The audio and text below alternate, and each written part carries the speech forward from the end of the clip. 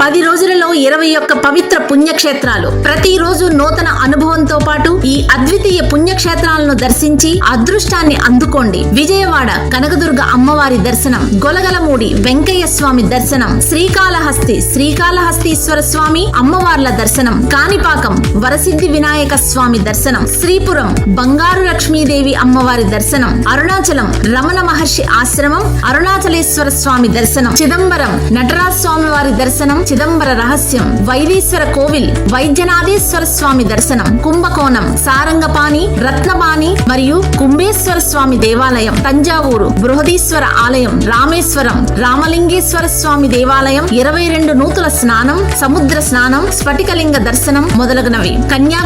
కన్యాకుమారి అమ్మవారి దర్శనం, Vivekananda rock Gandhi museum, Tripura Kundram Subrahmanyeswara స్వామి దర్శనం, మధుర మీనాక్షి అమ్మవారి దర్శనం, పళని సుబ్రహ్మణ్యేశ్వర స్వామి దర్శనం, శ్రీరంగం రంగనాథేశ్వర స్వామి దర్శనం, కావేరీ నది స్నానం, జంబుకేశ్వర స్వామి దర్శనం, సమయపుర అమ్మవారి దర్శనం, విష్ణుకంచి శివకంచి కంచి కామాక్షి దర్శనములు, తిరుత్తని సుబ్రహ్మణ్యేశ్వర స్వామి దర్శనం, తిరుపతి తిరుమల కలియుగ వెంకటేశ్వర స్వామి దర్శనం, అలివేలు మంగాపురం అమ్మవారి దర్శనం. విశాఖపట్నం నుంచి ఏసీ బస్సులో ఎంతో సౌకర్యవంతమైన ప్రయాణం. ఉదయం టిఫిన్, మధ్యాహ్నం భోజనం, రాత్రి టిఫిన్. ఫ్యామిలీకి ఒక రూమ్, 2 వాటర్ బాటిల్స్ రోజుకు. కేవలం మనిషికి 27,000 రూపాయలు మాత్రమే.